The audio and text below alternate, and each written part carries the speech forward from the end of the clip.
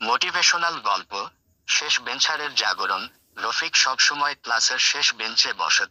সবাই তাকে বলতো, তুই পারবি না, তোর মাথায় পড়াশোনা ঢোকে না, তুই কিছুই হতে পারবি না। কথাগুলো শুনে রফিকের মন ভেঙে যেত, কিন্তু সে চুপচাপ থাকতো। একদিন তার প্রিয় শিক্ষক বললেন, রফিক, পৃথিবীতে এমন কেউ নেই যে পারে না, যে চেষ্টা করে না, শুধু সেই পারে না।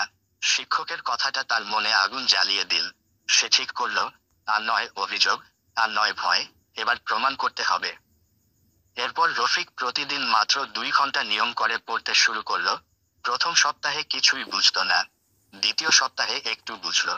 1 মাস পর সে লক্ষ্য করলো, আগে যে অধ্যায় 2 দিনে বুঝতো, এখন 2 ঘন্টায় বুঝে ফেলছে। ধীরে ধীরে মক টেস্ট দিতে লাগলো। ভুলগুলো ঠিক করলো। সময় ম্যানেজমেন্ট শিখলো। পরীক্ষার দিন এলে সে আত্মবিশ্বাসী ছিল, কারণ সে জানতো, আমি চেষ্টা করেছি, আর চেষ্টা কখনো ব্যর্থ হয় না। ফলাফল প্রকাশের দিন, যে রফিককে সবাই ব্যর্থ ভাবত, সেই রফিক পুরো ক্লাসে প্রথম হলো। বন্ধুরা অবাক হয়ে জিজ্ঞেস করলো, তুই এটা কিভাবে করলি? রফিক শুধু হাসলো এবং বলল, আমি আরেকজনকে হারাইনি, আমি আমার আগের নিজেকে হারিয়েছি।